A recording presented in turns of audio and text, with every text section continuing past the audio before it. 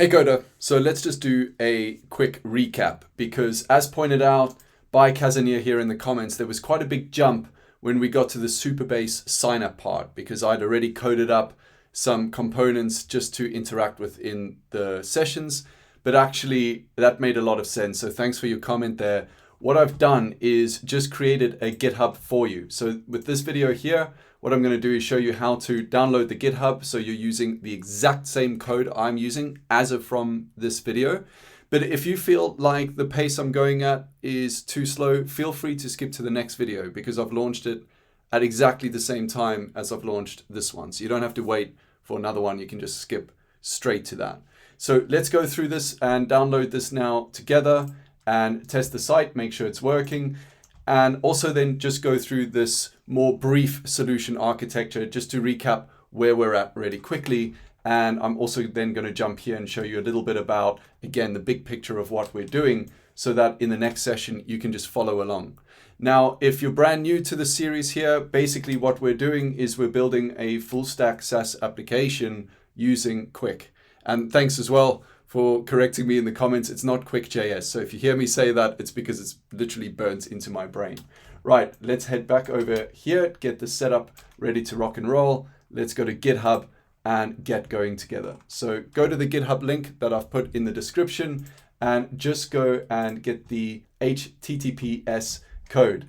Then I'm going to go down here to my Visual Studio Code and just create a terminal. Now I'm in a project folder that I've called Code Raiders. And this is where I'm going to now be working from. So I'm going to be working from the file that I download from Git. So I'm doing everything the same as you from the same place. Now let's go to Git clone and just paste in that link and go front end as follows. And that will create a front end folder that you can see over here. Now, very importantly, what you also need to do is go into the source folder, go into utils and Supabase, and update this with your Supabase credentials, right? So this won't work for you unless you have your Supabase plugged in. Once you've done that, you can then go and close the window. Once you've got Supabase updated, just head back over to the GitHub over here and you'll see there's a README, right? So it's actually telling you what to do. So the next thing to do is to CD into the front end. So let's go and do that here now.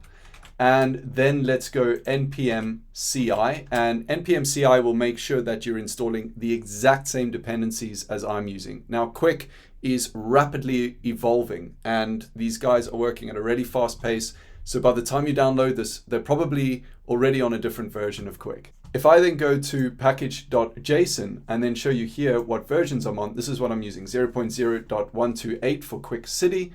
And that's going to be important for how I do the protected routes. So if you're using a beta version or a newer version, the way we protect the routes won't be the same. And then here I'm using builder.io/Qwik 0.16.1. Right, let's continue back over to GitHub. Let's go npm run build. You don't have to do a build, but I like to do it to make sure that the build is working. So I know if it doesn't work for some reason, it's happened from some other point. Great, the build works just fine. And then let's go to npm run dev as follows. So let's go over to our browser. But before we do that, let's head over here to Supabase and just make sure that you have localhost 5173 as your site URL and the same thing in your redirect URLs. We should have covered that in the Supabase setup, but I also put a star here as a wildcard. Great, now let's go to localhost 5173. And there we go. We now have our site there. And I'm just going to get Gmail ready because I just want to log in and make sure that is all working as well. Now, if you haven't created an account, go to sign up and put in your email address, agree to terms and sign up. You're signing up to your own platform basically. But we should already have that created from previous sessions in my Supabase. So I'm not going to go and do that now because I've already gone, tested this and created an account.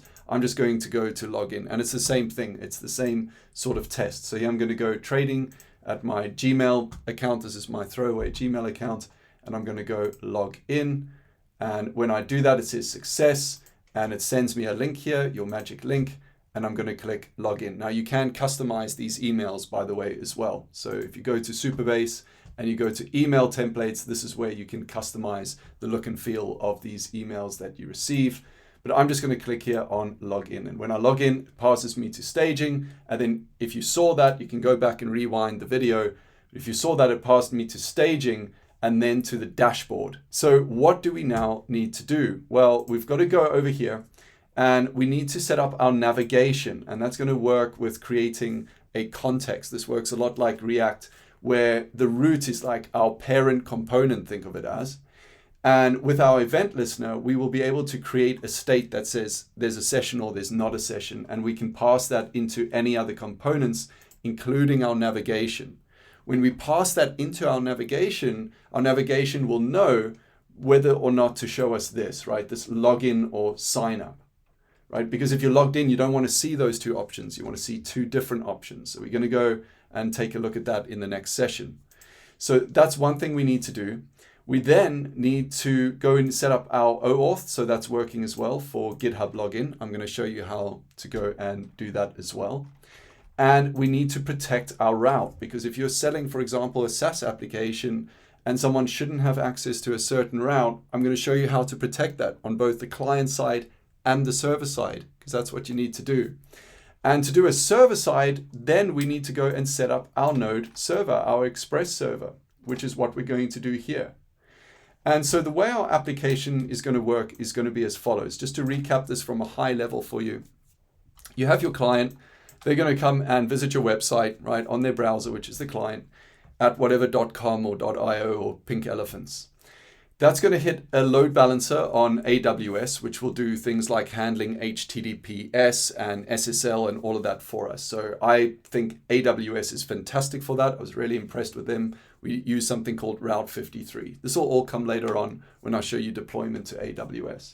But when that client visits our app, they're going to hit Nginx. And so when they hit Nginx, Nginx is also good for some other things, including what AWS does here on the load balancer. But we're not going to use it for the load balancer stuff and the HTTPS. We're going to use it for reverse proxy first and foremost, which basically fires off, depending on the URL the request's going to, fires off what it needs to do and show. So for example, let's say it fires off to the Qwik front-end application. Let's say they've gone to, for example, the home page. Then you do an API request to your server. That API request will also go through Nginx, and the user won't know this is happening. But it'll go through Nginx and go and do whatever, for example, authentication, running some backend logic, fetching some cool stuff from a database that you want your users to have. That's what that's going to do. And then here you can add anything else you want. Maybe you want some other server running some Python code or whatever you want it to do. That's what's going to happen. And Nginx is going to forward those requests. And because we're using Nginx, it's going to remove this whole issue around having to deal with cross-origin resource sharing, and maybe that's working on some browsers and not others, etc.